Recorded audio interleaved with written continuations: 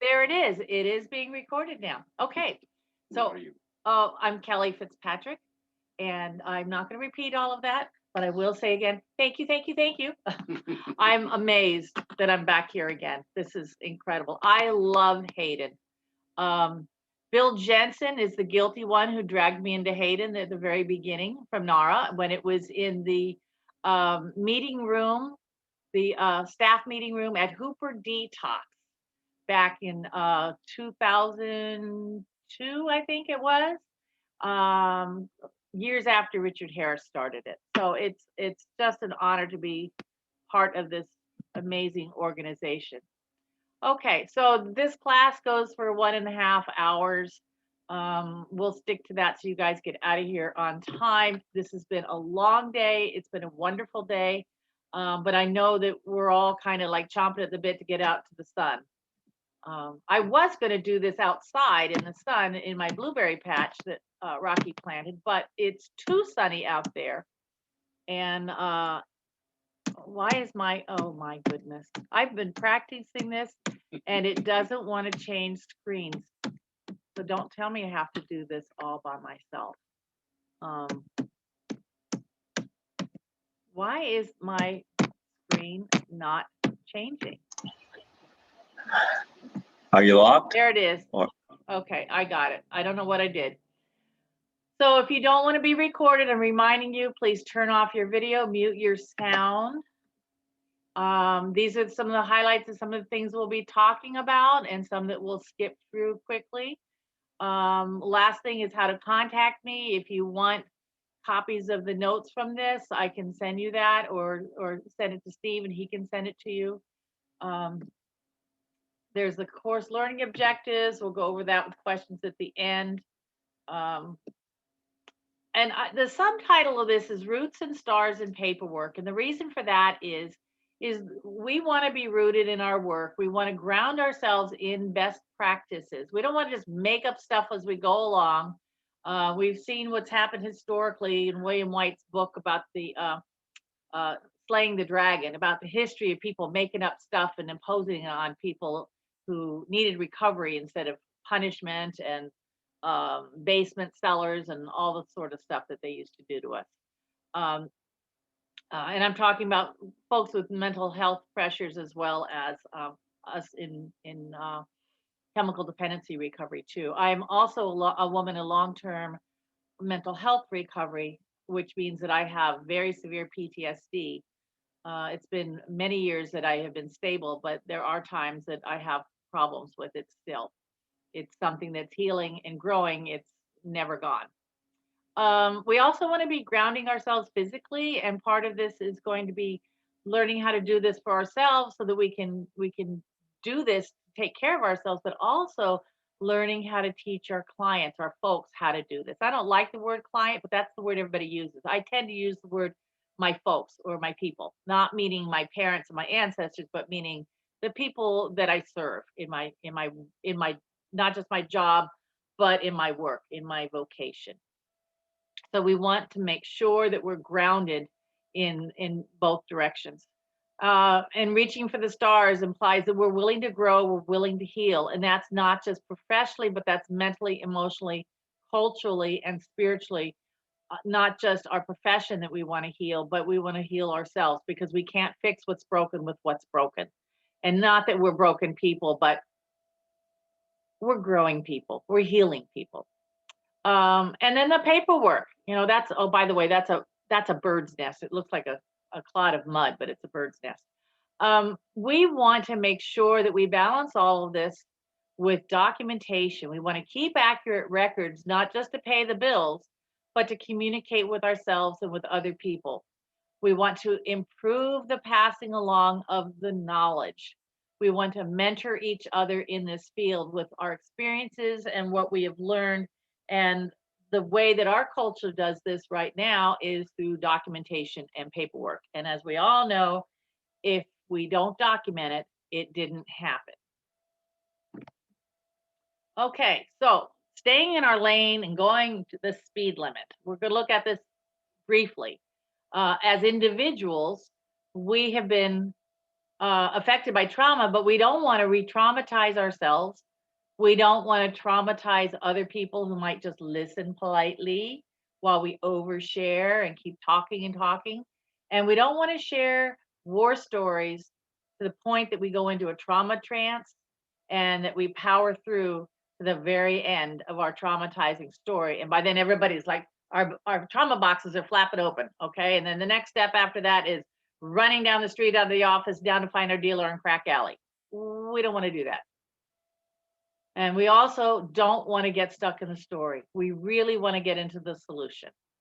So professionally, staying in our own professional lanes, we also want to go the speed limit, because if we go too fast, we will crash and we'll take everybody with us. And as professionals, we want to work only with this within the scope of our own practice, especially regarding trauma. If we don't know what we're doing, and if we have not been trained and we're not experienced, and if we're working outside of our level of certification, we need to stop. And the first thing we need to do is we need to check our motives. We need to figure out, what is this coming from? Is this to the point where my codependency, I'm taking my codependency to work, and when I go home, I'm taking my clients home in my head to live? We really need to check our motives. We need to consult with other professionals. We need to get supervision, and we need to make a referral. We are not everybody's one-stop shopping at Fred Meyer. We must make referrals to the people who have the skills. We do no harm. So in staying in our lane and when to refer out, I want to look for a second at some of the interventions we're allowed to do as peers, addiction counselors, and mental health therapists. Now, it looks like peers have the least amount to do, but that's not true. The list may be short, but it's really, really full. Peers can share from experience and relate to people in ways that others cannot. Peers are probably the best groundbreaking news that we've had developing in our field in a long, long time. And we have waited for this to become professional. So peers can do no prescribing of medications. And that includes saying, this is a house where you're not allowed to have opiates. So I'm going to watch you flush it down the toilet. And if you've been in my classes before, you'll know that I call that a felony. That's practicing medicine without a license. And we just don't do that. We work with, okay, do we make a referral somewhere else? Have the laws changed in our house, or our situation needs to change with it and really get up to date on what the law is? Or do we find a way to help somebody keep their medication safe, count it out in front of us, all that sort of stuff? But we do not prescribe medications. We don't sit there and say, you know what? Seroquel has worked really well for me. I think you need to be on Seroquel. Why don't you go get some Seroquel from your doctor? We don't do anything that even smells of that. We do skills training, and skills training can be really satisfying because not only can we do the skills, but we talk about why we're doing the skills, what's happened after we've done the skills, how that we integrate it in our life and how it's changed things for us. And that can be just as satisfying as doing a process group, which as peers and not counselors, we don't do a process group. We can do skills training. And a couple other types of group also, like educational groups and experiential groups. We also do safety planning, and I wish this was emphasized more with everybody. Safety planning, as far as I'm concerned, is one of the most important things that we can do. We don't want to have somebody leave our presence, like I said, with their trauma box flapping open. We want to teach people how to close that box and make a plan for if something happens between now and the next time we meet, or the next time they meet with another professional or another helper, sponsor, peer. It doesn't have to be another professional, but we need to put the safety planning together. Who are their natural supports? Who are their family members? What numbers are they willing to call and not willing to call? And then recovery planning. We don't do treatment planning, but we help them figure out what they need to do to not relapse, to continue to grow, and to build their recovery and build their recovery support. Now, addiction counselors can do all of that. They can also do addiction diagnosing, and they can do addiction counseling. That's individual counseling, that's group counseling. And the mental health therapists, they also have the same things, the same first four things. They can do no prescribing meds, they can do skills training, they can do safety planning, and they do, and recovery planning. The difference is they cannot do addiction diagnosing. They can do mental health diagnosing, and addiction counselors can't do mental health diagnosing. And mental health therapists can't do addiction counseling. That's called addiction counseling. And they can do mental health therapy, which addiction counselors cannot do mental health therapy. So there's a bit of a difference there. And the biggest difference is a mental health therapist is the one who does the trauma therapy. And we can do trauma skills, but we cannot do trauma therapy. What we're doing is we're teaching people how to close up that trauma box and calm down their body or awaken their body a little bit from a freeze, so that they can then, once they're really stable, then they can go off and do deeper trauma therapy in a safe way with somebody who's really trained to hold that trauma in a safe way, so that every time they leave that therapy office, their box is buttoned down real well. And we don't go digging into the dirt. We don't ask people to bring their trauma up to the surface and talk about it. If they start talking about it, we kind of help them learn to close that box until they're ready to bring it to somebody else. And that might be a while. So it's important that we learn how to teach people how to calm their body responses down and their impulses. So when we bring our healthiest selves to work, we're nurturing ourselves, we're doing self-inventories, and we have accountability and support for ourselves. Nurturing ourselves, we can go right back to Michelle Mannix's presentation this morning, which was beautiful. So I'm not going to go into depth about this, but I do want to just read this list off real quick. Self-care, team care and support, so that we're not blaming people accidentally for not doing enough self-care and bringing it to work when it comes from work. What happens is sometimes something will happen, it affects the whole team, but one person will be the one to take off work. When sometimes we also need to process it very briefly, very in this moment. How am I feeling? What am I learning from it? What I'm going to do next about it with the whole team. So the team feels supported about what's happened. Because it's traumatizing to hear about a traumatic event from a coworker who then says, I'm taking the rest of the day off. The team needs to be given trauma-informed care and support and healing together. So the self-care has been emphasized a lot, and as Michelle was moving into the team care and support, it's starting to happen more with the whole idea of bringing trauma-informed care to everybody. We need to take our time off, take our vacations. Laughter is so important. I think this is really a huge one. Exercise is important, really big. And we've got recovery gym and all sorts of recovery marathon groups and recovery softball leagues. That's all important because it includes not just exercise, but connecting with other people in recovery, learning to build a new recovery life while we're nurturing ourselves. Employee access, employee assistance program, counseling, our own mindfulness practice, build a safe healing place. That tree right there, it's on the edge of a cliff, and see that little trunk there? I would kind of sit with my legs wrapped around that trunk so it wouldn't fall off the cliff. That is my sit spot. That I was there, 7 years ago, and that tree is no longer there. That whole Boy Scout camp is gone. But that tree and sit spot is in here. I carry that with me, and I go to that spot in my heart. And I'll find another tree or river to sit next to. I really believe in being outside and doing spiritual practices, and the peer support that goes along with that. I was first taken back to the woods by my late sponsor and a bunch of people from my home group, and we went camping in the woods for a whole week. It was so healing.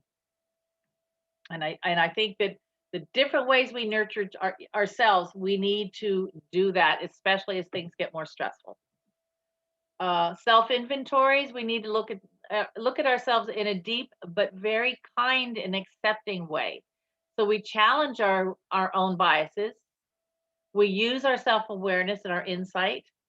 We look at our own character defects and our life pressures, but we also acknowledge and grow our corresponding character assets and the strengths that go along with that. And you've probably all heard me say, you know, my late sponsor used to say, Kelly, there's a difference between being nosy and being curious. And Kelly, you're nosy. And so I've taken that character defect and tried to turn it into a character asset. And I've definitely turned it into a career as a counselor, a case manager, a peer support specialist. And I am really I'm not nosy. I'm really curious about the people that I work with. And I love my people and I love my coworkers. But I didn't spend a lot of time loving myself for many years. And so it's taken looking at those character defects and saying, you know what? I'm not a sick person. I'm a healing person. I'm a growing person. And I've been working on myself and I've been working on my life pressures. And so we need to give ourselves those kudos, especially if we've gone through a lot of trauma, because a lot of that trauma negates our self-esteem, especially if we've had people negating our self-esteem. It's so important that we give ourselves the kudos in the inventories. The first time I did a 4th and 5th step, I did it with somebody that was brand new also. And we went and told ourselves all our dirty little secrets and character defects and ate pancakes and felt like crap.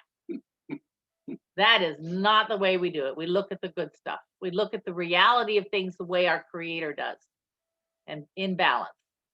So I also figure out my own styles of learning and my favorite ways that I grow. And I emphasize that. So that's one of the reasons why I'm going to send this PowerPoint out, because some people would learn better when they're reading, not listening to me jabber on. And that's okay. We all have our different learning styles. Do the ACEs quiz to find out about our own levels of childhood trauma. And then what's less known, go ahead and Google it. There's a corresponding resiliency quiz or questionnaire. And that's really cool to look at now too. We look at our own attachment styles and how that came about. We do a codependency quiz. Oh, there's a really good codependency quiz that's online that is a PowerPoint that you work your way through. I highly suggest it. And then we try various AA, NA, other 12-step inventories. For example, there's a step 10 worksheet that I put together years ago that I love to use. And it's like, do this, do this, do this, and then this will happen. And then we can do step 4, the old AA way, as it's shown in Wally P's Back to Basics book and Alcoholics Anonymous. Back then, there was a chart. You know, there was many ways to do step 4 back then, but there was an actual chart that had the character assets corresponding to the character defects. And when you started doing step 8 and 9, those character defects started sliding over, becoming character assets. So you could actually see the process unfolding in a way that was healing and in the moment, rather than digging up all the old traumas. Trauma isn't necessarily a character defect. Trauma is an event. It's an injury. And that's different than the tendencies we use to compensate. Let's see. Oh, accountability and support. Having a good supervisor, using that good supervisor, making sure you meet a few times each month in a staff meeting. It can be considered group counseling. I mean, group supervision. And then meet with your supervisor regularly during the month one-on-one. I make a list of my concerns, my questions, the things like, ooh, what about this? Is there a different way I could have handled this situation? And I keep track of that so that I've got all these little questions that I would never remember at the last moment. And I have it all ready to go. Or I'll say, you know what, I don't like this paperwork. There's way too much paperwork. How about if we look at streamlining it and spend a couple of weeks streamlining the paperwork? Or maybe I'll have a run of folks that are that have had high thoughts of suicide. And maybe I really want to focus on a book about suicide assessment and study that with my supervisor and look at how can I get better at spotting somebody who's ready to drown so I don't miss it. Because a lot of times it's too easy to say, oh, they always say that, you know, and miss it. Spiritual communities, peer support at work, feedback from others, our own mentor, our own sponsor, our own elder, professional organizations like MAPS, MACPO, peer support for ourselves. Trauma-informed care, here's a terrible example that really happened. I won't go into the dirty details, but custodial staff expected to clean up a scene of a traumatic incident. And after that person was done, a counselor happened to come out of the drop-in center and see this custodial person standing looking real shocky, and actually took the time to sit down and help debrief and process that out of their body so it wouldn't get stuck. That's something supervisors should be doing, not a random counselor who's, you know, working in the building next door. Peer support at work, a really good example is Washington County. In their corrections department, they have peer support for all the employees. Doesn't matter if you are custodial or parole or probation, or if you're the director. If something bad happens, every single person who's impacted by that gets a phone call from somebody else who's been trained, say, hey, you want to go out to coffee? I want to see if you want some kind of support or referrals, or just want to kind of talk about it and talk it through so it doesn't stick in your body. That's groundbreaking stuff for POs and everybody in that building. So this, if you remember nothing else, remember this. When you're working with people in trauma and you're in doubt, then don't.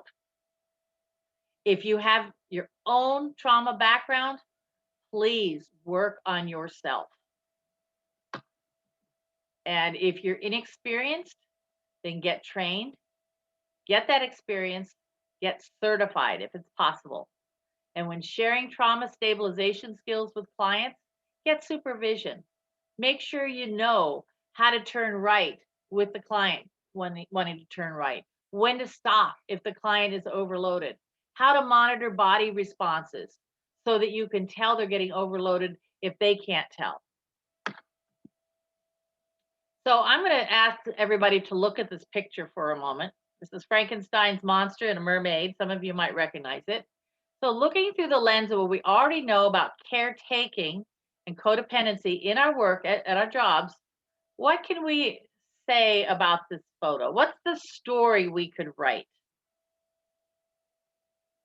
Somebody want to start?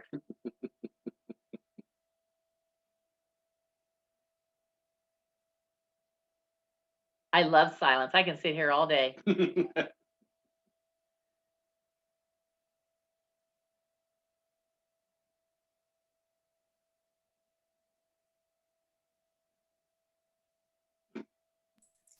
Well, the mermaid is out of the water and he's going to have to get her back into water sometime soon, but he already looks kind of tired or strained, I would say. But I have no cultural connotation. I don't know if there truly is a story with Frankenstein and the mermaid. So we're just making it up. We're not supposed to carry our client's load. We're supposed to walk with them through it. Awesome. Both great interpretations. She seems very happy that he's taking care of all of her problems for her and carrying her. And she looks extremely happy. One person once told me she looks very manipulative. Yes. I don't know if that's an appropriate word. Well, she's getting her needs met. Yeah. Okay. So let's move on to another picture. What do you think about this one, of cats in the hula hoops? So looking through the lens of what we already know about caregiving and nurturing boundaries in our work, what can we say about this picture? What could be a story to illustrate caregiving and nurturing? We can make up a nursery rhyme, but it doesn't have to rhyme. well, I would just say, please stay in your own hula hoop. don't get in mine. Right. That's a good, They look like they're having a lot of fun though. yeah. They're all hysterically happy. And it does remind me a little bit of COVID and what a wonderful, keeping your distance, keeping your hula hoop, knowing where you end and where your safety zone ends, kind of thing. Right. Right. And do you notice these two over here, the two tall cats, the one with the red hoop and the blue hoop? They're playing martial arts hula hoop, trying to knock each other's hoop down. But they're laughing.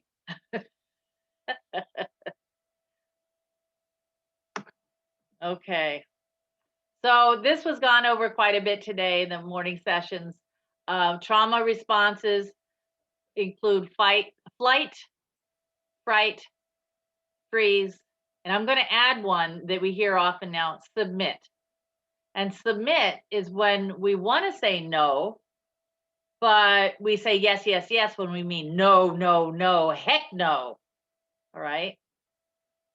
And we know these physical symptoms, jello legs, sweating, shallow breathing, racing pulse, all that sort of stuff.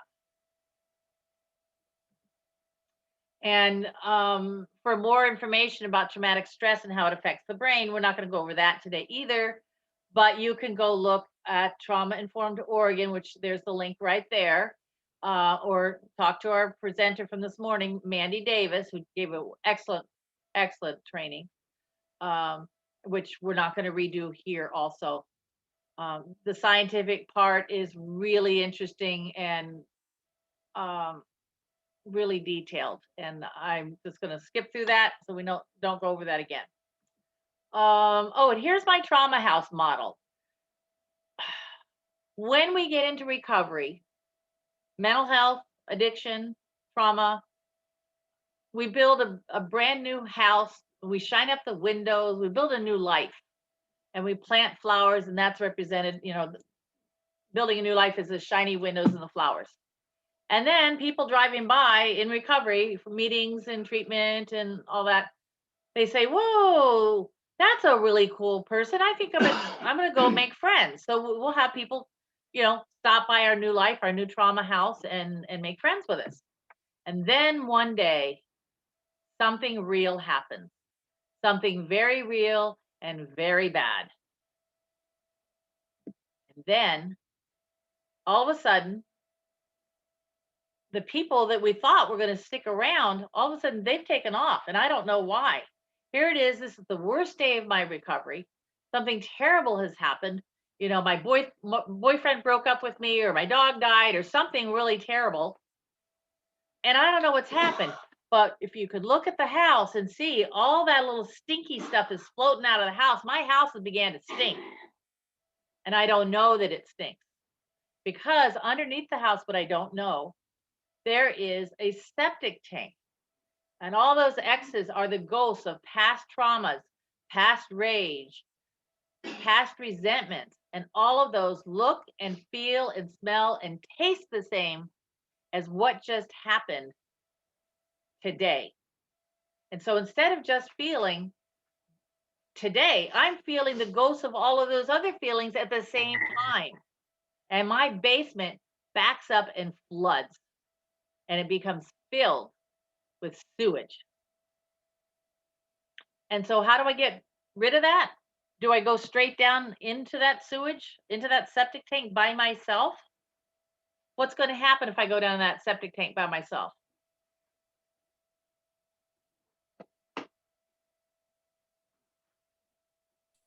Drown.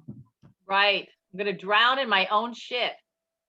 Excuse my French. Oh, my English. It's not French, it's English. And so what happens is, see the lines into the house? We're building a new foundation. Those lines represent going to meetings, prayer, meditation, treatment, step work, trauma work, all of that stuff that I can do, the trauma skills, not the deeper work. And all of that stuff that I can do to calm things down, clean out my basement, and be able to go on from here without going down into that septic tank. And then when I have really good insurance, and OHP is actually pretty darn good. I've done insurance work with treatment programs, and OHP gets us a whole lot more than most other programs.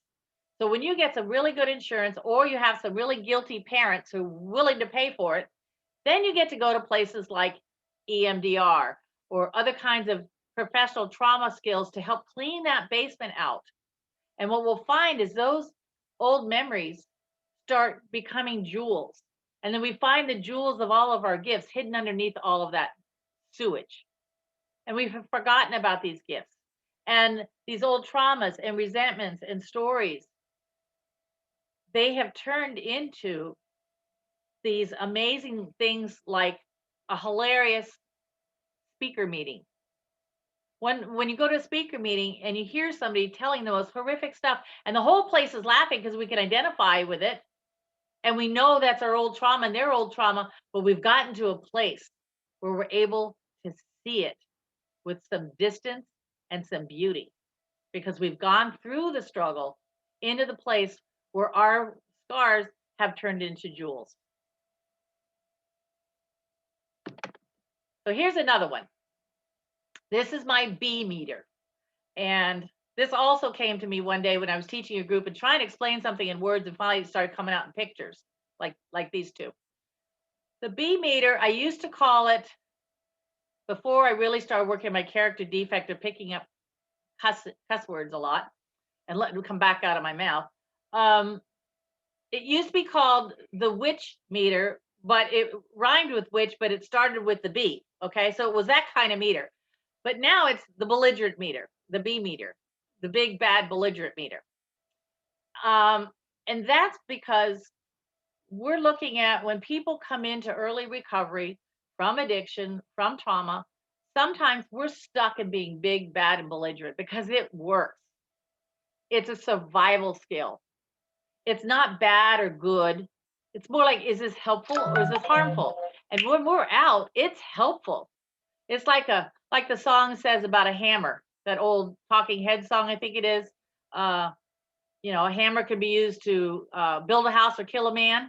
Well, that's the same thing. These are survival tools that are used either way. And so we're now finding that being in early recovery, I want to be a nice person. I don't want to be a big, bad, belligerent person. So I start living at the Richard Harris building. Okay. I have my little room. And I'm starting to feed everybody in the room with food stamps. And everybody really likes it. Everybody in the building on my floor, they're like, whoa, look at Kelly. She's a real mother type, you know? Not a mother effer, but a mother. She's feeding us. And so we keep going too far past the balance. All of a sudden, we find ourselves on the other end of the B meter, where we're a victim, a doormat, where we're small and invisible and people pleasing. And we get really upset because here it is, the third week of the month. We're out of food stamps. We got another week to eat and we don't have anybody feeding us, and we lose it. And we go bam, all the way back to big, bad, and belligerent. Okay. Or we're a person who comes into recovery because we've been hiding way out past McDonald's, way out Milwaukee, down past the railroad tracks, in the grass, you know, where now it's not grass, now I think it's probably apartments. And we're down there, we're invisible, we're tiny. We might have one other person with us. We might be alone because we just want to be invisible, left alone. But when we get into recovery, then all of a sudden, we realize we haven't been to the doctor for 5 years. I've got stuff going on. I didn't know about it. I didn't care about it. So I go over from the Richard Harris building and I go over to the Old Town Clinic and I go up to the front counter and I say, I want to see the doctor right now. It's been 5 years. And it's like, whoa, who are you? And people don't know who we are. So we find this is a survival skill that worked really good for me. But it's not working for me in recovery. People aren't liking me so much. And then we try to find that balance and we start acting crazy. We're big and bad one day. Then all of a sudden we're tiny and small. We're really giving. We'll give everybody cigarettes. The next day we get really mad for people asking us for one. And we just can't find our balance. And when we get uncomfortable, we will turn in each of those survival skills one by one because we're uncomfortable with people's reactions, and we will start trading them in for recovery skills one by one. And we will start attaining that balance. Slowly but surely, we'll know what balance feels like. You know, it's not boredom to feel serene. We just got to get used to that. So that balance, my community engagement clients at Central City Concern years ago used to call that is the me that God made me to be. I'm not big, bad, and belligerent, and I'm not a small, invisible doormat pretend victim. I am who I was made to be. And so we need to figure out who we are and help our folks calm the body responses down enough so that reactivity doesn't take people out of Hooper and back down to the drug dealers on the street. We need that body reactivity to calm down so we can make choices instead of impulses. So this was taught to me by some mentors of mine when I was really young, in my like 20 years old. And I give credit to Dr. Sky and Dr. Magidu because they're my friends and they're the ones who taught it to me. I don't know where it came from. I've seen other people of recent years talk about being a tree, but if I'm triggered, there's some things that I can do and I can teach my people. And to ground myself even before I go to work, I can do this body meditation where I reach my arms up to the sky and I pull in all of the light from my creator or from the sun or energy from the universe. And I have it all go through my heart, circle through my heart, circle through my abdomen, go all the way through my arms, my legs, and out my arms and down my legs so that my legs are rooting into the ground like a big tree and my arms are spreading out that light that's coming in through the top of my head and it comes back out through my hands. And that helps me let go of things. So people have asked me, how do we let go of our clients? How do we not take them home? You know, I got a call from somebody the other day who literally wanted to put somebody in her car that she didn't know. She just met them in a tent and was worried about them and drive them to their mother in another town. And I was like, I don't know that that person's mother wants them there or that they want to go live with their mother. They were doing way more work than what they were asked to do. And it's because we care so much. And so how do we let go of that? I bring that stuff in. I let it go out on my hands. I let it go out in the ground. I take an altar in my mind, in my heart. I literally had an altar at my offices and I would put my concerns for that person on the altar. And then I would go home. And when I was at Hooper, if I came back to work the next day and they were not there, I did not remember the story. If I came back to Hooper the next day and they were there and we talked, then the story was right there for me to remember. I could take that story back off the altar for a moment, but it's not my sacred story to take home with me. It's their sacred story that they're telling me so that they can let it flow, and I'm giving it to God. Guy came over to my office one time and he goes, I really want to relapse. I really want to drink. And I said, well, and he was a very spiritual person. And so we could talk on that level. I said, why don't you give that to God? And he pulled out a big, tall beer out of his backpack, nice and cold. And he handed it to me. He says, I'm going to give this to you. Well, being an alcoholic, that was not the most pleasant experience for me. So I gave it back to him and I said, why don't you put it on that altar there next to my desk and give it to God that way. Put it on the altar. So he put that on the altar and he did not drink that day. However, my boss was not happy. And after a week, I was told I had to get rid of that beer. And I was kind of glad to get rid of it. I didn't like looking at that beer every day. But we don't take people home with us. Not in our basements, not in our houses, and not in our hearts. We make a list if we have to, and we call that our prayer list, and we put it away, we burn it. We, don't take names home. we give it away. And then we have a list, an ongoing list of who all those people are. And I don't remember those people, but my creator sure does. And everything I do every day is a prayer for those people without me having to remember their sacred story and traumatize myself. And it's their story. I have no right to it. Just like I wouldn't go out on the street corner and tell everybody their sacred story, I'm not going to do the same thing and keep it hidden in my heart where it causes me harm and gives me the illusion or delusion that I can fix their story for them. So, switching gears here, what happened to talk therapy? Why are we talking about trauma skills? And isn't talk therapy best practices for trauma? Well, it used to be. And now we're looking at the fact that trauma is actually held in the body. So we want to do body work, and it's becoming a regular practice. Trauma work that is talk therapy can be related to cognitive behavioral therapy, which is, we change our thinking to change our behavior. And that is even more effective and it's much, much safer when it's combined with body work. Because what happens is we're not triggering ourselves into that trauma trance. So some of the ways that we can use body work for trauma-informed healing is through yoga, dancing. Dancing is a really great way to go into a trance and be safe in that trance. Martial arts, you get into the zone when you're doing martial arts. Qigong, I love that idea, and I wish I could do it. And someday I will try again. Distance running. We have a lot of folks in recovery who do distance running.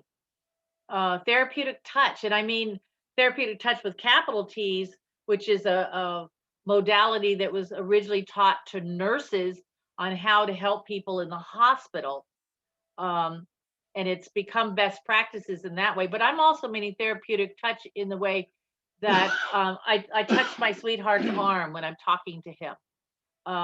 I touch the dog when the dog is upset, the dog calms down during a thunderstorm.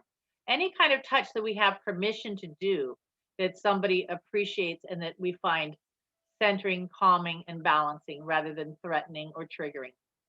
Any kind of body, mind, and spirit work that is done together. I'm going to play a video that I adore. I found this video just in the last year. And I'm not going to introduce it. I'm just going to go ahead and stop sharing this, and then I'm going to share the video. It's going to take a moment to pull it up. So, and I hope you guys feel safe to just keep chatting in the chat here. That is not what I thought I was getting. Let's try it again. This is the hardest part in Google for me, is switching screens. Oops, that didn't save the ability for it to speak to us. Okay. Share sound. There we go.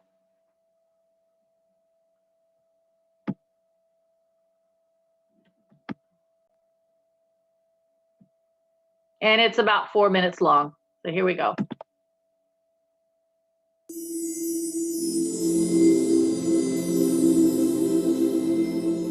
The story of our communities, people and nation starts a long, long time ago.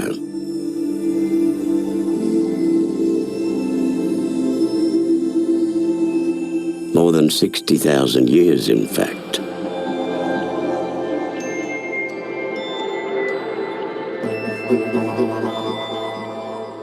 This was when our culture and our law first started to thrive.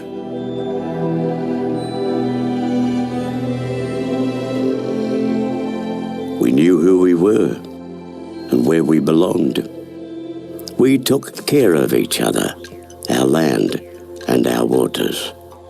We ate food that made us healthy, lived on country and abided by our laws and song lines. Our families, our children were happy, with strong minds and hearts, because they were where they belonged.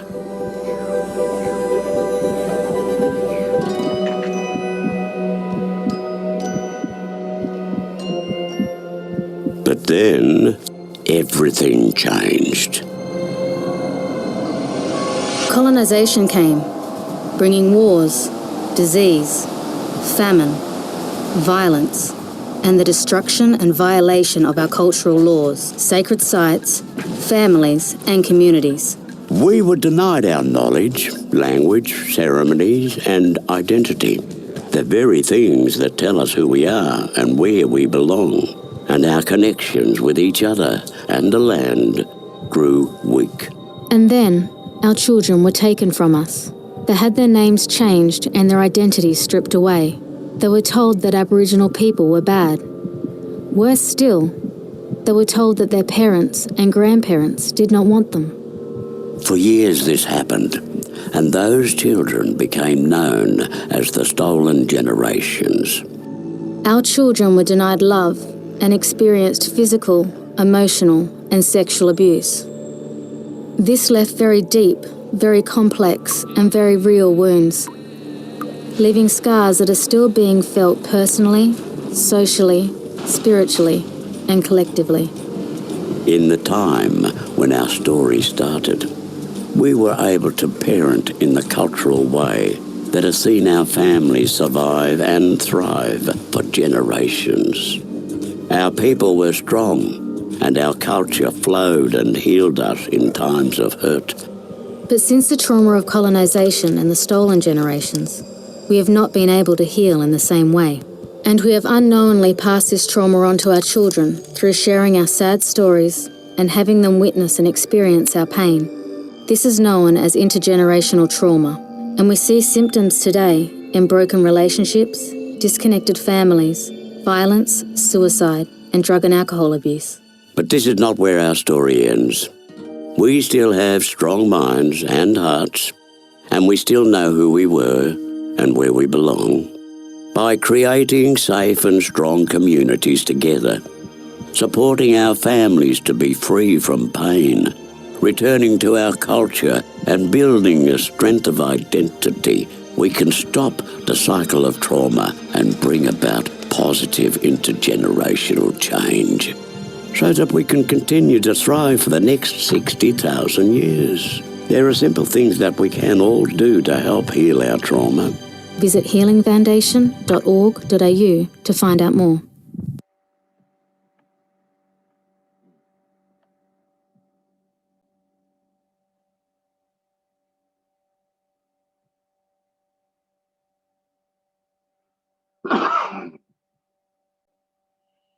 So I find that moving, that very moving to me. And this is the piece that is being addressed more and more frequently, and I think it's very important. In returning to culture as a way of healing, there's a lot that's been happening in recent years, and it's happening more and more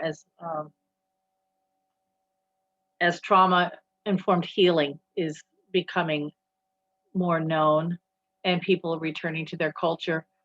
For example, it was very, very illegal for Native nations to perform to do the ghost dance and do the sun dance. And I can remember being at the survival gathering back in 1980 in the Dakotas outside Rapid City. And the sun dance was done there, and it was still considered illegal. It's only been in recent years. I'm sure somebody here knows the exact date. I can't carry dates in my head. And the ghost dance apparently was recently done at Standing Rock a couple of years ago. Those are ceremonies that belong to certain peoples, and that connects people to their own ancestors and their own cultures. We need to be respectful of the fact that if that's not my culture, that's not my ancestors, then that is not something for me to borrow or to take. And it's really important for us to find our own cultures and be guests with other people, but really look at who are our ancestors, who is our culture. I can't tell you how many times I've done an assessment, and I've asked people, what culture do you identify with? And instead of saying, oh, I'm in the biker culture or I'm in the recovery, lifestyle, I often hear from people that don't have an awareness of their culture. They'll say, oh, normal, regular. Well, what's regular? What's normal? Are you erasing other people because you've erased your own culture has been stolen from you and erased? It's important for all of us to really look at what does that mean for us wherever we are, whoever we are, whatever cultures we come from. That's where we find our people. We find our people like we find our recovery people. That is my culture right now. But I've also gotten very deeply connected to my ancestors through my grandparents, through the people, the stories. And, now I go to a White Bison Wellbriety meeting that happens to be in Ireland because some of the native ways have been shared through Wellbriety, and the people in Ireland have a very sympathetic type of spirituality. And I'm getting that from my people in Ireland. That's just a huge development in my spiritual life. I'm not in the wannabe tribe. I'm not playing Indian. I'm getting connected with my people deeply. And my people are whoever shows up in my life that is supposed to be there, that I connect with. And sometimes I don't know that I'm connected with them until something happens. And it's like, boom, oh yeah, this person's right in front of you and they're connected to you. I believe truly that when we are in a class together or a meeting like this, I don't know what you're going to take away from here. It's not even my business, though I'm going to ask at the end. There's a reason each one of us is here. Reclaiming culture is part of our healing. It helps support our families, rebuild safe and strong communities where we can address violence very quickly with the community involvement and with cultural sensitivity. This is a big problem right now here in Portland. The services, it really helps to have culturally relevant services. We may not all work in an organization that is BIPOC, but we must be ready to serve BIPOC folks if we're not BIPOC. And if we are BIPOC, we may find our support in finding our people. And just as all of us need to return to whatever's culturally relevant to me, what cranks my heart open that my ancestors put there. So we return to cultural ways of healing. We return to indigenous foods and indigenous medicines. And we would talk about real education, about real history and current events and the trauma, but also the healing and the spiritual life that can come through various cultural lenses. So moving on to another part, when you demonstrate and practice skills with another person, be sure to do a couple of these things to make it safe. Keep it simple and try only 1 or 2 skills. I'm going to show you written down lots of skills. We're going to try a few of them. I'm going to send them to you so that you can try them, but don't overload yourself. Don't overload other people. Just do 1 or 2 skills at a time. And respect a person's choices. They get the choice about whether they want to try this or not. And if one thing doesn't work and they don't want to do it anymore, move on. This is about what the person chooses to do. We get to guide them, especially if they're traumatized. We're helping them close that trauma box from flapping open. But we remind the person they can stop at any time. We ask permission before touching someone. We ask if they want the door closed or open, and we respect cultural differences. We close with a grounding exercise when we're done to help close that trauma box. And we do a checkout with someone to make sure that they're really present, that they're not dissociated, they feel safe after the session, they're future oriented, what they're going to do. Maybe they're going to go make sure they have a tuna sandwich because they forgot to eat breakfast, and they're going to do that right after the meeting. We want to make sure that we close up everything as easily as possible, and we have their permission to do whatever we're doing. So now we're going to actually look at some actual trauma stabilizing skills, self-soothing, affirmations, and then newer ancient models. And some of these newer models are actually ancient models, and some of these ancient models are exactly as they used to be, and some people have updated some of the understandings of them now. Self-soothing, if you look at conscious breathing, developing a witness state, making sure we're not responsible for others, that they have the dignity of walking their own path. If we visualize, we could do like I told you about, be a tree with the white light coming through. I like this one. Place your hand over your heart, the way a mother consoles the baby by patting their chest, and that helps calm. This is home, you know, right in here. And when we touch this, love will be activated and we'll get endorphins going through our body. We engage in positive self-talk and self-compassion. So we need to be kind to ourselves. Affirmations are a way we can be kind to ourselves. And we can rewrite our old tapes of self-criticism. And these are hard sometimes, so I will make myself say them out loud. Somebody gave me this first one time, and I couldn't say it. This was 20 years ago, and I was like, I am a divine creation of God. I'm like, I can say that? And I'm lovable. I am hopeful. I can do this. I have a choice. I'm strong. I am healing. And what they found is when you combine it with tapping the meridian points, which is the little doorways to the highways of energy and nerves in our body that acupuncturists have used for centuries. You can use it for acupressure, and you can use it for meridian point tapping on those places to calm the emotions that are stored in the brain and stored in the body. So if we're tapping or holding certain points of our body, it can help calm us down. A really easy one is this little acupressure point right here on the wrist. If you bend your wrist back, there's a little dip right in there above your wrist and below your thumb. That little dip is a pressure point, and if you feel it with not with your thumb but with your finger, you can actually feel your pulse. And if you're having a really good time and something extraordinary is happening and you're really joyful and happy, anchor it by touching your finger in that little acupressure point right there. And when you keep doing that with good memories that are old or that are body memories that are really good, keep anchoring them in there. You know, when you go see fireworks or your child comes home from being quarantined across the world, put that feeling in here when you're feeling really good.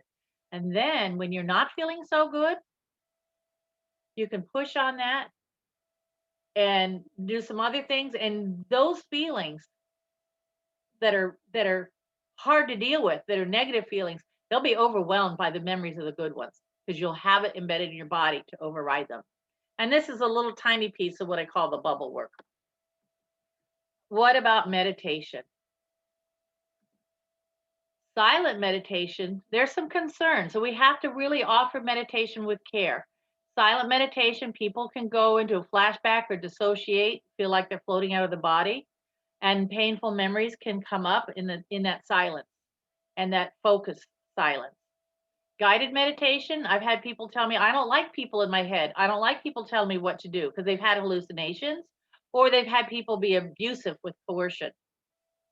Know your people, help build trust, remind themselves that they have permission for themselves. They give themselves permission, not me. They give themselves permission to stop at any time. Know how to teach them how to get back in their body where it's safer, in the now, where perhaps the past was not so safe. And then monitor body responses. If you have permission to hold their hand, you might want to monitor their pulse, that little acupressure button right there under the wrist. Now in this picture here, I'm doing an exercise with my eyes closed. That's if I'm feeling safe and I'm going away to a safe place and I can actually visualize it. But if I'm in a flashback, I do not want my eyes closed like that. That's when I will tell myself or ask my person I'm working with, why don't you open your eyes? Speak, describe the room. Okay, the wall is white. Today is Wednesday. My name is Kelly and I am safe. So the benefits of trauma-informed mindfulness and meditation is calmness is deepened, focus can be increased, stress is reduced, relaxation is increased. We can become stronger spiritually, emotionally, Better present moment awareness, more self-compassion. We can strengthen a person's ability to self-regulate, and this all can support trauma recovery. So some examples of trauma-informed mindfulness, I'll just pick out one. Listen to your favorite song. Try to notice things about that you've never noticed before. I think a lot of us know what that involves already. Body scan meditation, memorizing a comforting prayer or passage or a poem. And then here's a list that you could research later if you'd like to. These are some of the newer ancient models and what we can do. So all of us can do grounding skills. Seeking safety, it has a really good list of grounding skills that are very detailed. So if you got access to Seeking Safety or you Google a worksheet online, that is a fantastic concrete way to do something immediately with somebody to help them get back in their body. Dialectical behavioral therapy, DBT, that's only done by therapists because it has to be monitored very carefully and put in a safe box and communication during the week. Now, what we can all do is we can do DBT skills, and that's different than doing the full program. And the DBT skills are like the grounding skills that we can also do. They're very related. Meridian point tapping, which I already mentioned, tapping on the points on the body where the meridians go to the brain and around the body to calm things. It's like doing acupressure on the emotions. If you know how to do it and you have your permission from your supervisor to do it and you're experienced in it, we've done meridian point tappings with groups of clients, with individual clients to help them calm down and make some progress.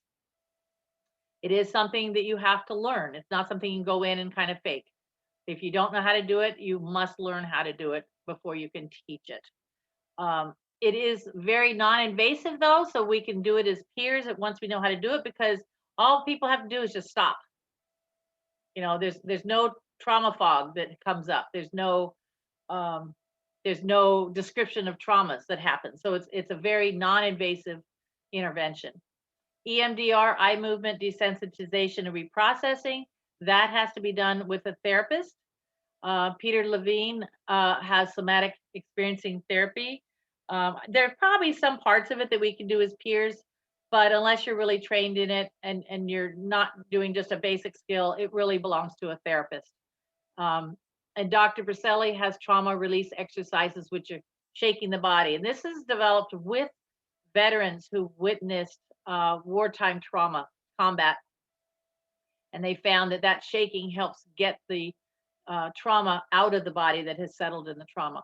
And that is actually a non-invasive form of trauma therapy or trauma exercises, skills that we can learn and that we can do at home ourselves, and we can teach other people. I actually went to an event that was posted online just in general. And it was in the basement of Tabor Space, and there were like 100 people on yoga mats lying down and doing these shaking exercises. And it was amazing how the room changed and people's faces relaxed and changed just after a few hours, just a couple hours of learning how to do this. And there are videos online you can watch. But these are things to start looking at and researching if this is a direction that you want to go. Do not do this with your clients unless you know what you're doing. And do not do this without the approval of your supervisor. Here's one. This is very simple. My traumatologist taught me this many years ago. Put your hand on the back of the nape of your neck. And if you want to do this with me, you're welcome to. Otherwise, I'll just be here alone doing it. Put your hand on your forehead. And then if you're safe to go away and meditate silently, you close your eyes. If you're not and you're trying to come back in your body, this is when you open your eyes and you describe, the wall is white, today's Wednesday, my name is Kelly, and I am safe. Now what happens is when we're triggered, the blood rushes from our head and from our extremities and goes to our heart to save us in case we get our arms and legs and head chopped off, you know, saves the core of our body. And so when we put our hands on our body like this, it starts to bring the blood back to our head, and it brings it back in a way that brings the oxygen back to our brains so that we stop dissociating and we come back into our brains again and we can think again. And these are also chakra points, where if you're into chakras and really done some research on that, these are energy points where some of the energy comes into our body. It's like a squirrel. It's an electrical plug in the wall. It's like our plug in our body. So some people have done this and they've put their head back a little bit and they say, wow, it feels like God is hugging me. It's just a really safe, non-invasive way. I often do this with people who are ready to go to court. This is a really good thing to do when somebody's really stressed. And I'm going to show you another one. This one, Fitz jumped in. Another one is put your hands on your chest and on your belly. And these are two other chakra points. Okay, this is home where we live. And this here in the belly is where we breathe, but it's also where women live. This is where our womb is. And some of us women, especially if we had trauma around losing our children, we tend to kind of spiritually bleed out from the womb. And when we are traumatized and our breathing changes, we breathe really quick and shallow from our chest like a bunny that's frozen, okay? But when we breathe from our belly, we're telling our body, I'm not breathing from a little shallow place like a bunny. I'm breathing from my belly. And so I'm telling my body by breathing through my belly that I'm safe. And breathing from my belly gets that oxygen flowing through my blood, and my legs and arms aren't feeling like jelly anymore, and my brain has more oxygen. And so sometimes when somebody's really triggered, I will ask permission if I can put my hands there and they put their hands there. And I have had people come back like that. And breathing through our belly is something that's really easy to do without somebody noticing that we're triggered. Just changing it without people noticing. And with the training, things really cool happen. Like I had a lot of trauma. And when I first started going to meetings, I would hear stuff, war stories that would traumatize me. And I'd look down and my hands were like this. And like, whoa, that must have triggered me, because my body knew quicker than my brain. And so that would be a reminder, Kelly, stop breathing through your chest, breathe through your belly. And my body got trained enough that automatically happens still to this day. So practice, practice, practice when something works for you. Now here's another one. This looks kind of silly. I just call it the pretzel. This also was from my friend Carol Maker, my traumatologist. You cross your wrist one way, and then you cross your ankles the opposite way. And surprisingly, it's usually done wrong the first time you try it. You want them opposite. And then you reach in and grab your hands, and then you flip them back inside up to your chin, and then you drop your jaw with your mouth closed so your teeth aren't touching, and you put your tongue on the roof of your mouth, which is some kind of yoga grounding thing that I don't understand, but it works. And what that does is that when we're traumatized, our energy and our right brain and left brain go like that, all four directions. And what we're trying to do is pull that energy and our left brain, right brain stuff back together the way it would be if we were, oh, what is that thing for the medical symbol that is the staff with the two snakes wrapping around it?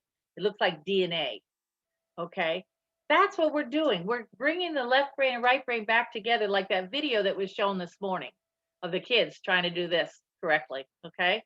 So that's another body position that can help somebody come back in their body and bring their left brain and right brain back together so people can think more clearly again.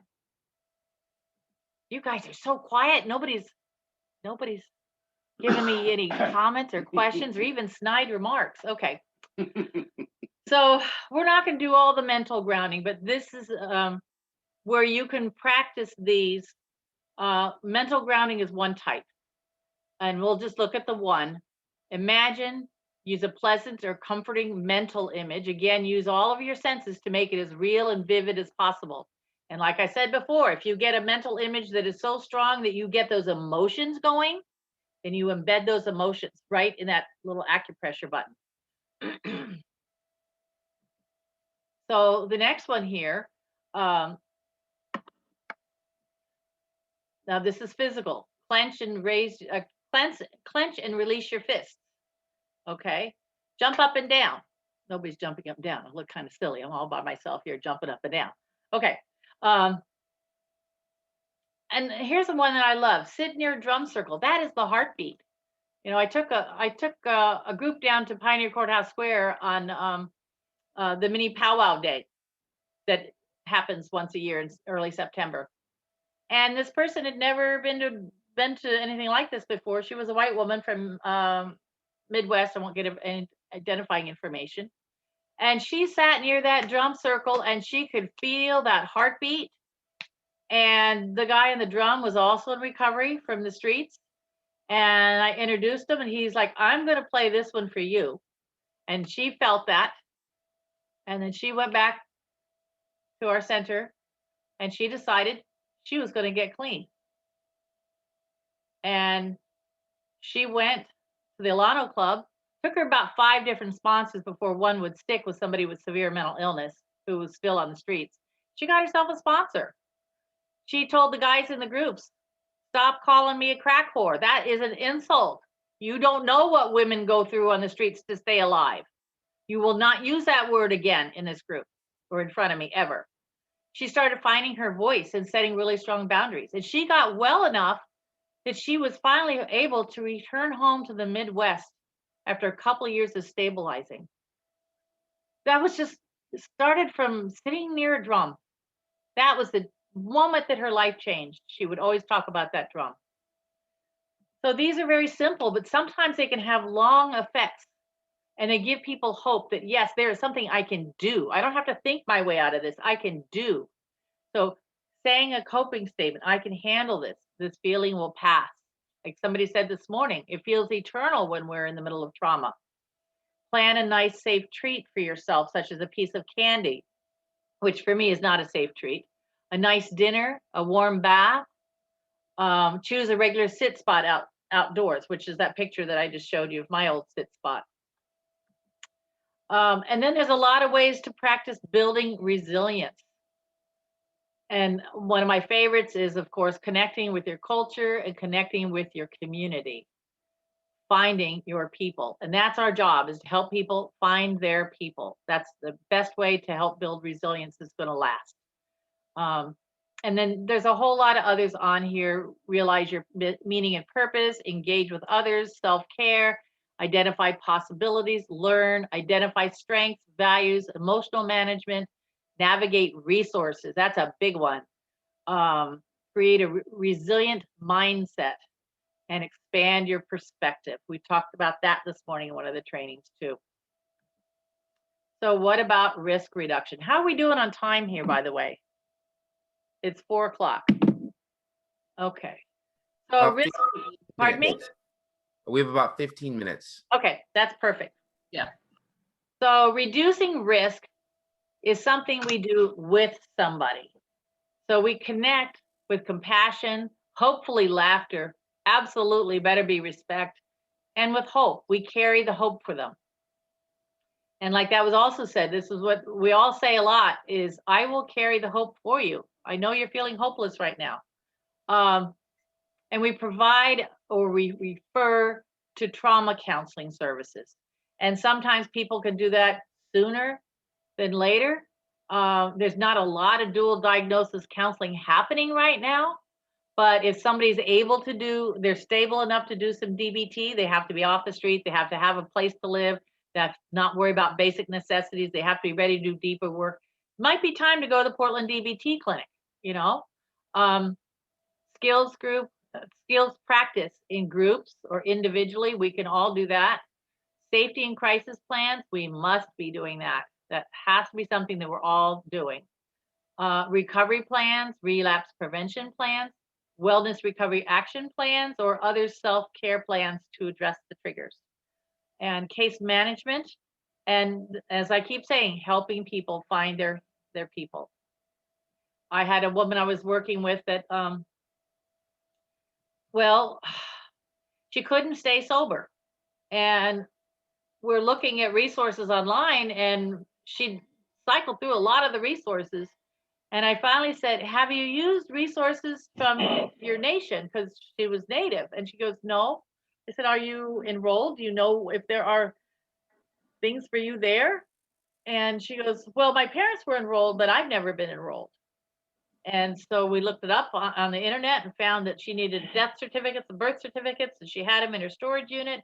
And next thing I know, a couple of years later, I see her walking down the sidewalk and she goes, I'm enrolled and I'm clean and sober and I'm now connected to my people. That was like, whoa, one little conversation opened up a floodgate for her that she'd been waiting to open. Safety, risk reduction planning. That is a plan of actions taken to reduce risk and to increase safety in the face of a crisis or potential crisis. And the person makes the choices. So first we identify the immediate risks, and then we identify and list those steps to reduce the risks. And then we discuss and list referrals for the person.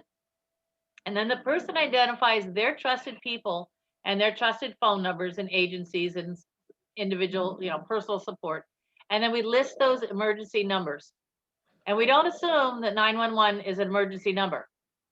Some people, they're not going to call 911, and we have to respect that. But we also might have to say, look, I'm a mandatory reporter, and there are times I might have to call 911 with you, for you, and if that happens, I will walk you through it, and I will be there with you. Identify what we will do in a crisis, what I will do in a crisis. And then the person agrees to what they will do in a crisis. Who are they going to call? What's their next step? How are they going to make sure they don't do something they don't want to do? And then we also, this is the thing I've made, I can't believe how many times I've seen this happen. The person must get a copy of their own plan, even if they take it and put it in the garbage can on their way out the door. If we make the plan, they need to have a copy. It's not something to put in the chart. We give them a copy also. So are we done yet? Almost, not quite. Here are some questions for you based on the objectives that I didn't read, but they were presented at the beginning. So first question, if dog were to wear pants, would he wear them like this or would he wear them like that? Okay, nobody likes that question. Okay. It's a tricky one. You ask the dog what's culturally appropriate for them and what they feel safe in doing. And if they don't want to wear pants, that's their choice. And if they bark at you, that's their voice. Okay, enough of that. So what is an inventory that you already use or plan to try to use? A self-inventory. You can put this in the chat or you can speak up. I can't see the chat.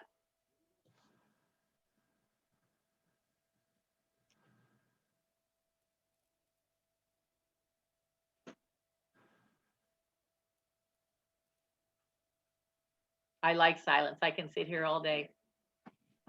Is there anything in the chat? I don't see anything.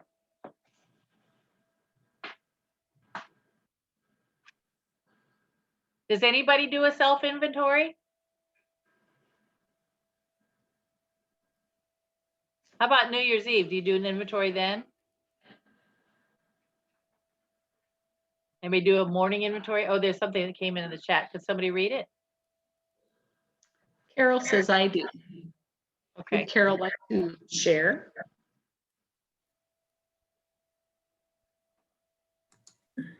I have to do a self-inventory because otherwise I find myself slipping. But yeah, I do a self-inventory and I try to do it on the daily. And I also do positive affirmations every day that helps to keep me grounded. Great. Thank you. And can somebody give us a one-word example of a trauma response?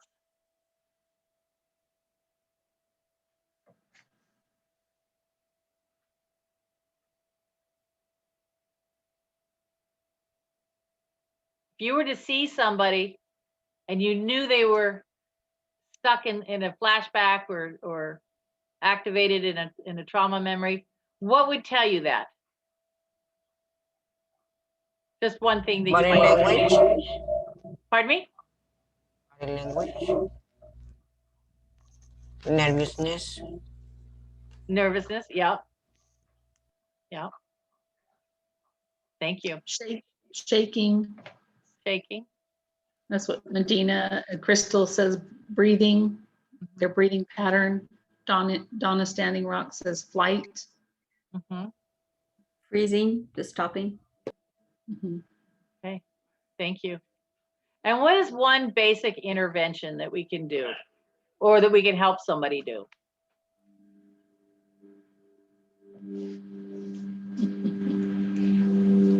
Karen, thank you. Bring them to the here and now. Yes. Yes. Absolutely. And what kind of intervention may help someone with cross-cultural trauma? That a culture that I'm not part of, but I can see that they've got some trauma that's activated right in this moment.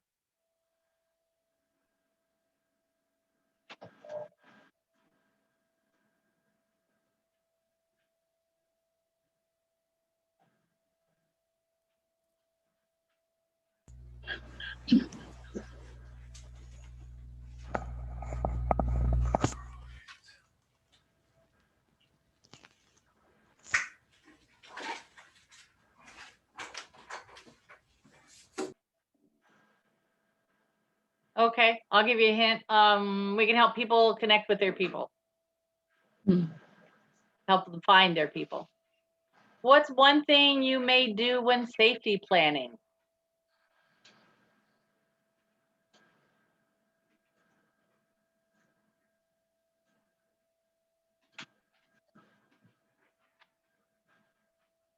Ask them what they think feels safe. Ask them. Yep, that's a big role right there. Thank you. And then if you would, we're going to move on, but if you would, it would really help me. What is one thing that you'll take away from this training that'll help me learn what's helpful, you know? And then questions for me. Nobody's laughing. Are you kidding? That's not me. That's Eric Martin. Okay, so questions for me, comments for me, an example of one skill that you might want to share with us. And you can put this in the chat if you'd like. But I'm not going to see any questions. Can I show you what my big takeaway is today that personally impacted me the most? Is this. Oh, the witch with a and bee eater. This. And this. And the That was trauma very, house. that was very good for me personally and working with people. Okay, thank you. One thing you reminded me is to breathe from my stomach as a woman, and that our power is held there, and to remember that. It's not often said in mental health or addiction circles. Thanks, Kelly. You're welcome. Thank you, Anne. Okay, Stephen, would you do me a favor? There's a handful of comments. If you could just like copy and paste those, I'd love to read them later. I haven't been able to see them while I'm talking. Oh, yeah. I can get those emailed out. Absolutely. Thank you. That would be great. Very So photo credits are here. A lot of them are mine, and everybody else owns theirs. Pictures of Eric Martin and Johnny Gabar are courtesy of Google.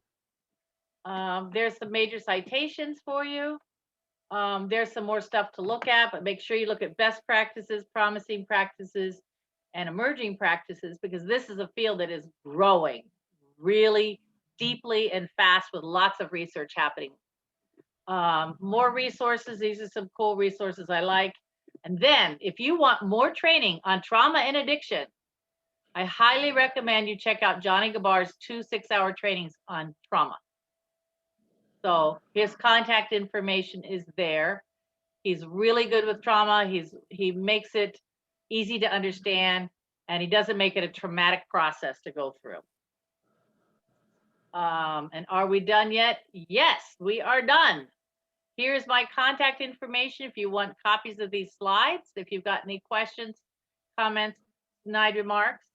You can also check out my YouTube channel. It's very little, but it's slowly growing. And I'm hoping it might be possible that I can take this and put this on my YouTube channel. If I can figure out how to do that with Stephen's help, it might actually happen. That's my goal. So that's it. I'm going to stop sharing, look at people's faces, and say thank you so much. Any last words before I turn it back over to HADIN? Again, thank you so much for having me. Thank you so much for being here today, Kelly. It was wonderful. Thank you, Kelly. Yes. Thank you all. Hi, Mary. Hi. Sometimes people's faces will just pop up and I'm not sure who's in the room, but Mary's popped up. And I have a German Shepherd licking my hand here. Okay, back to HADIN. Thank you all. Thank you, Kelly, again. All right, everybody. It was a big, long day and so much to digest. So good. Every presentation was wonderful. Is there any comments or questions or concerns that anybody wants to talk about or share? Mary? Just thank you. Thank you. It was our pleasure. Definitely a huge collaboration of efforts.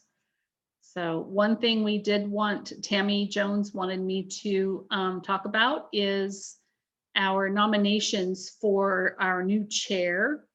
I've served for about 1 year and 3 months as I was started out as co-chair, and when Reggie left, I stepped into the chair position.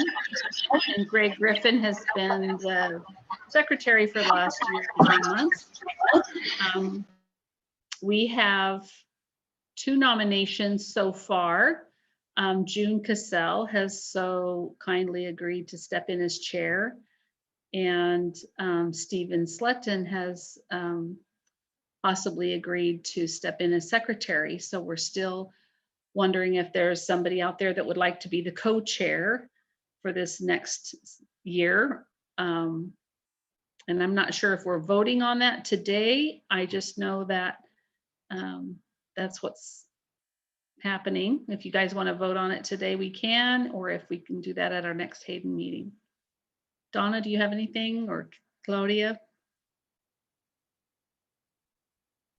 Medina? I would say let's do it at our next HADIN meeting. Okay. That would be my suggestion. And then hopefully we can look now, hopefully we'll have somebody that'll step up for the co-chair. Yeah. Right. Yeah. Okay. Well, we'll see you all on Wednesday. Everybody here, if you already haven't signed up and are on the HADIN mailing list and you would like to be, please contact Greg Griffin or Steve Sletton with Free on the Outside, and they'll get you on the email list. And we'd love to have you join us every Wednesday at noon right here on Zoom. Karen, how are folks to retrieve their CEUs? So we're going to either have them signed and sent through PDF email to each person, or we haven't really just figured it out, but we're going to have them all printed off and signed, and then they'll be at a central location for people to come and pick up. Okay. Which I think is a nice idea too. Yeah. So. All right. Well, thanks everybody. Big shout out again to everybody who helped pull this off, and a big shout out to Karen and everybody else. This was amazing. It was really an amazing undertaking, and thank you so much. I agree. Very, very well done. Very professional. We kept on time. Excellent job to everybody who organized. Greg and Donna and Claudia and Dina, everybody that put their 2 cents in and helped. We've been talking about this for weeks, and it actually went off really, really well. So I'm proud of everybody. Thank you. Huge kudos to Steve. Oh my goodness. I don't know where we would have been this whole year of COVID without him sharing their Zoom, their unlimited Zoom account, as well as making sure the meeting happened every week. And then the flyer that went out, just all the effort. And Greg, all of your effort too. And Tammy, everybody knows. So. And congratulations again to all the recipients of the award. isolated. Huge applause to all of the recipients. So proud to be co-workers in the field with you all. All right, that's all I have. So I think, yeah, we've got another 10 minutes if you just want to sit and chat. Otherwise, we're done for this year. Hopefully next year will be in person. Thanks, everybody. I appreciate you all.